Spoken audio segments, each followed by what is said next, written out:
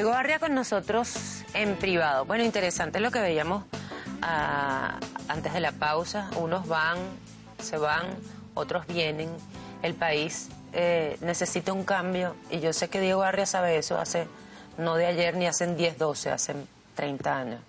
¿Por qué no hemos podido, por qué nos hemos equivocado tanto, Diego, en Venezuela?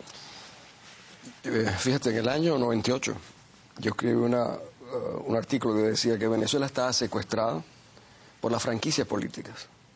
Yo sé que las franquicias políticas, son los partidos se habían desgastado y en ese desgaste iban a conducir a Venezuela, y decía, en medio de los problemas sociales que el país tiene. Yo decía que es como un volcán en erupción. Yo lo decía en el año 98. En el año 78, años antes, yo escribí un libro que se llama Primero la gente. Yo decía, Venezuela tiene hoy lo que pocos países en el mundo tienen. Tiene la oportunidad, los recursos y la libertad. Si los aprovechamos, llegaremos al siglo XXI como una sociedad estable y progresiva, en progreso. Si no, perdemos la oportunidad, los recursos y hasta la libertad. Esa libertad es la que estamos perdiendo hoy en día aceleradamente. O sea, no era por no verlo, era que había una obsesión de los partidos en ver cosas que los demás lo veíamos de una manera distinta. Incluso, el otro día le decía a alguien, fíjense una cosa, si no hubiese habido la descentralización que hizo Carlos Andrés Pérez, hoy no habría ningún gobernador ni alcalde de la oposición.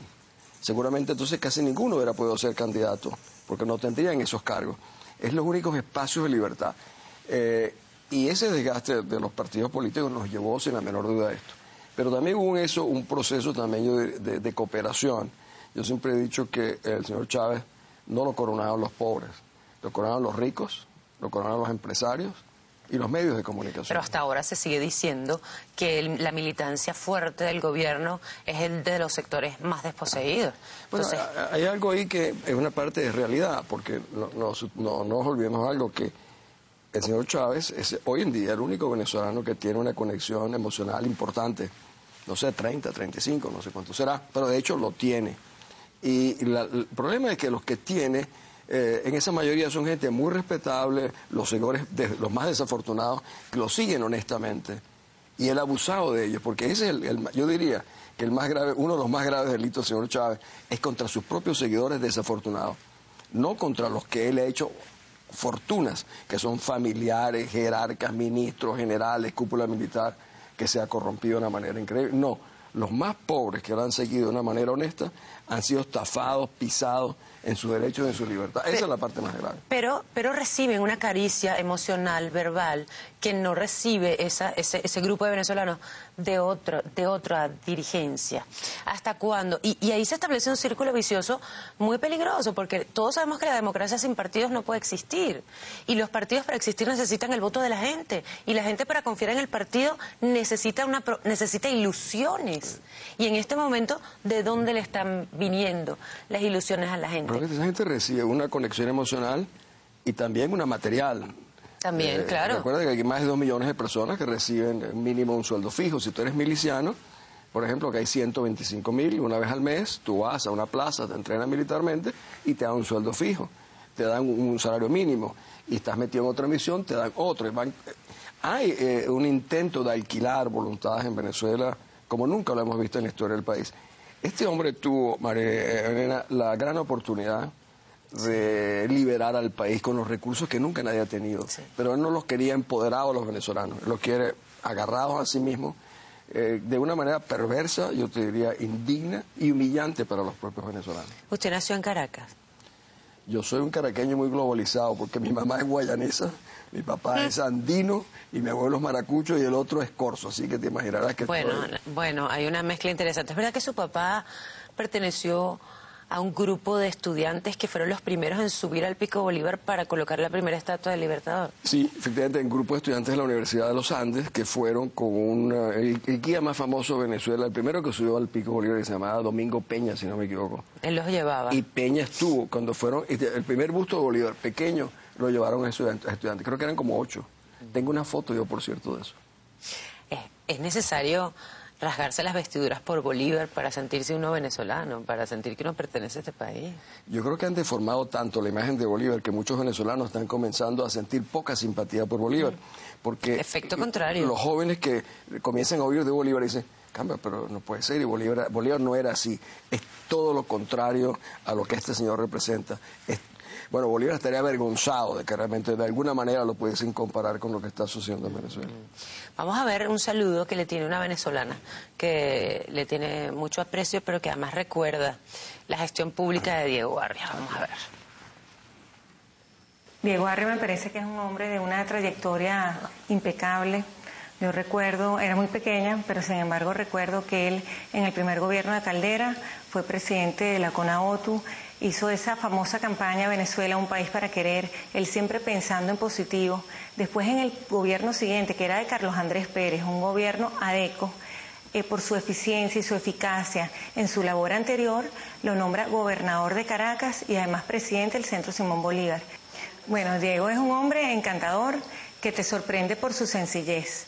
Quizás uno puede imaginarse, bueno, imagínate, un embajador ante la ONU, una persona que tuvo puestos tan importantes a lo largo de toda su vida y sin embargo él es una persona de una calidez humana, de una sensibilidad, trata a sus empleados porque ha tratado de ayudar y de mantener a su lado la mayor cantidad de empleados que ha podido de una manera de igual, sin ningún tipo de generación de resentimiento. Te digo que te quiero, te admiro y sobre todo te respeto. Y te doy las gracias por mantenerte aquí en el país, en pie de lucha, al lado de todos nosotros que tanto te necesitamos.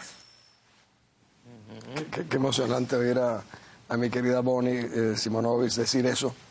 Primero porque ella es una mujer que yo admiro mucho, de esa lucha que le haya hecho al lado de su marido, el comisario Simonovic, es extraordinaria. Así que me siento muy tocado por esas palabras de mi querida Bonnie.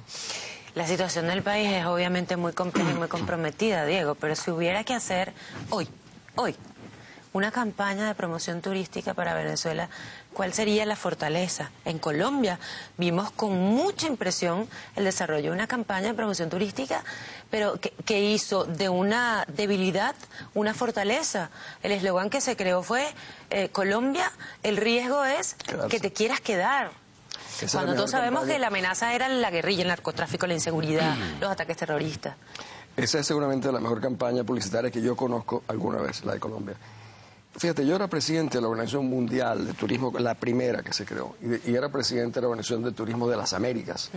Colombia estaba en el 7º lugar, nosotros éramos los primeros en América Latina, fuera de las islas del Caribe. Ese es el cambio que viene. Curiosamente, teníamos más turistas en esa época de lo que tenemos hoy.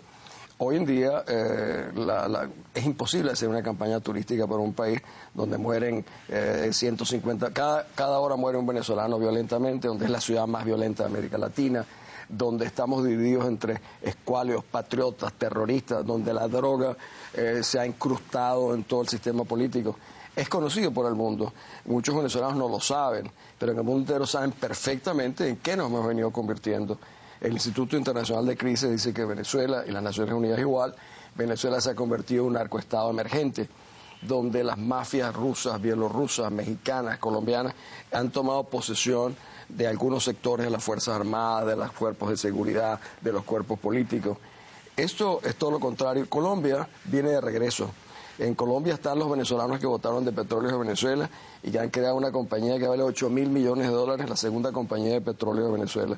De Colombia. Eso significa, y Colombia ha ido reconvirtiéndose y nosotros hemos venido retrocediendo. La balanza comercial jamás nos volvió a beneficiar, cuando que siempre Venezuela llevaba la ventaja. Bueno, aquí decía, Santander decía que Venezuela era un cuartel, ellos no, y efectivamente nos hemos venido nosotros convirtiendo en un cuartel. Y hay una cosa que es terrible, como estamos en privado yo te lo puedo contar a ti. Venezuela se ha venido convirtiendo en un espacio poblado, más que un país. Porque esta división a que nos han enfrentado de una manera perversa, con odio, ha hecho como que estuviéramos ocupando espacios y no ocupando la misma tierra. Es que hemos perdido hasta la identidad. Sí, eso, el Venezuela es un país paraquerero, Venezuela es suya, eso lo desdibujaron. Aquí es un pedazo mío, el otro es tuyo.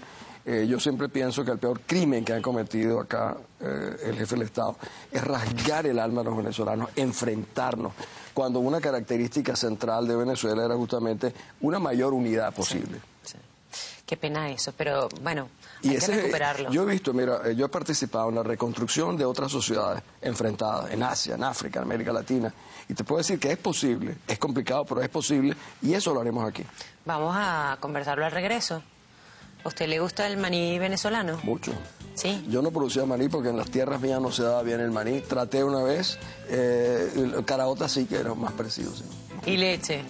Leche mucho. Mandarina, naranja. Naranja, limones, café. Yo producía café orgánico, que por supuesto lo liquidaron ya. Bueno, pero vendrán los meses, años y los días meses. Hay miles de venezolanos que han sido atropellados, que todos recuperaremos. Sí, señor. Vamos a hacer la pausa, regresamos en minutos con Diego Arria este domingo con ustedes en privado. Venimos ya.